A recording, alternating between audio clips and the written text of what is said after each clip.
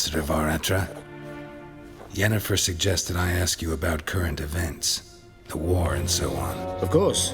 The Emperor's servants should keep no secrets from each other. If you will, let us approach the map.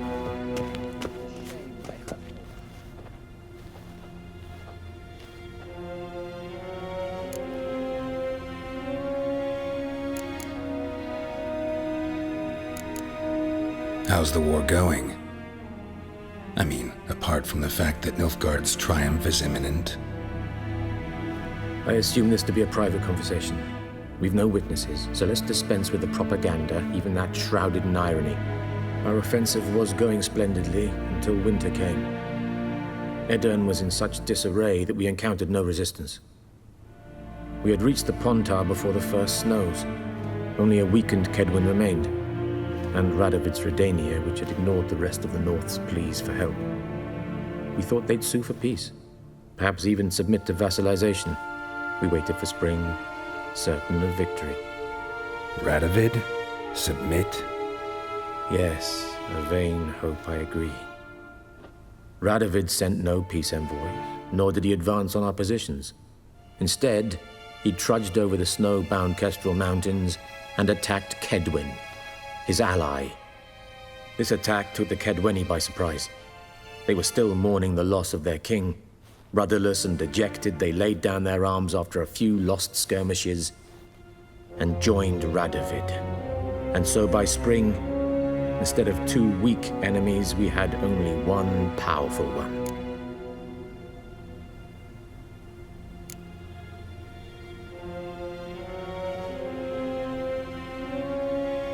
What about Kovir? Kovir values its neutrality, enough not to lend its armies, or more importantly, even its coin to either side. Returning to the war, this spring there was a massive battle in the marshes of Velen. Massive, yet indecisive. Both sides suffered enormous losses, unprecedented even. Radovid has retreated across the Pontar. He's safe for now, until reinforcements arrive from the south. Then Emperor Emir Var Emrys will deal with him once and for all. Couldn't you just go home? Save everyone a lot of marching, not to mention a few human lives. I'm afraid the stakes are too high to fold now. We can only go all in.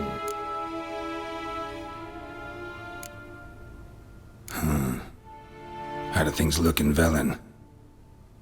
As bad as ever, perhaps worse.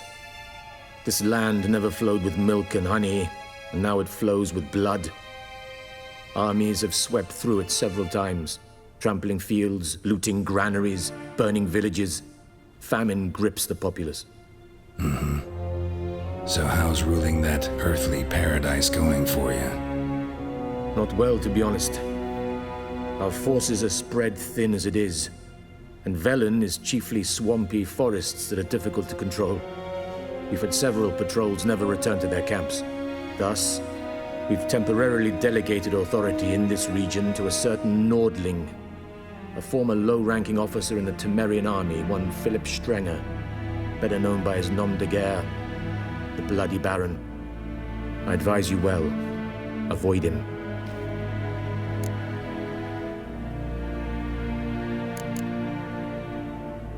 Any news from Novigrad? Is the free city still free? Yes, although everyone knows this won't last. Radovid is in Oxenfurt, and the Emperor is here in Vizima, at Novigrad's doorstep, both. And both require coin and ships, and Novigrad can provide these. Which is why the mood in the city is rather, well, on edge. Meaning? How do men deal with fear? They seek reassurance and scapegoats. The Church of the Eternal Fire understands this perfectly, and so it promises to improve the lives of its flock by pointing out the guilty. Who started the war? Who profits from it? Why, it's obvious. Mages, elves, dwarves, in a word, any and all deviants. I've been stationed in Novigrad for 13 years. First as a consul, then as ambassador. I've seen a great deal. Cruelty, cynicism, greed. But what is happening there now concerns me greatly. What's new in Skellige? Nothing. The islanders pride themselves on that, don't they? Doing everything according to tradition, as their forefathers did. And like their forefathers, they quarrel with each other, pillage, occasionally attack our transports. This is cumbersome, but nothing more. Skellige has always been a footnote to history, and so it shall remain. Sound awfully confident. What if King Bran manages to unite the Jarls? Lead all the clans against your fleet? King Bran is a feeble old man. From what I know, he barely remembers the names of his own vassals. Uniting all might prove difficult. Thanks for your help. Think nothing of it. May the great sun light your path.